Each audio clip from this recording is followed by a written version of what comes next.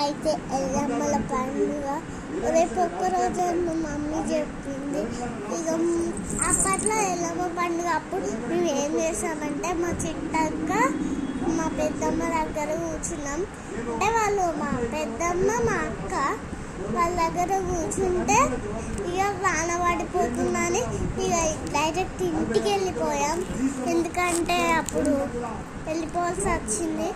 అందుకే ఇక వెళ్ళిపోయినాం. అందరిని విడిచిపెట్టి వెళ్ళిపోయినాం. అక్కడే పడుకొని లేచి మళ్ళీ మమ్మీ డాడీ వచ్చినాక మళ్ళీ ఇంటికి వెళ్ళిపోయినా.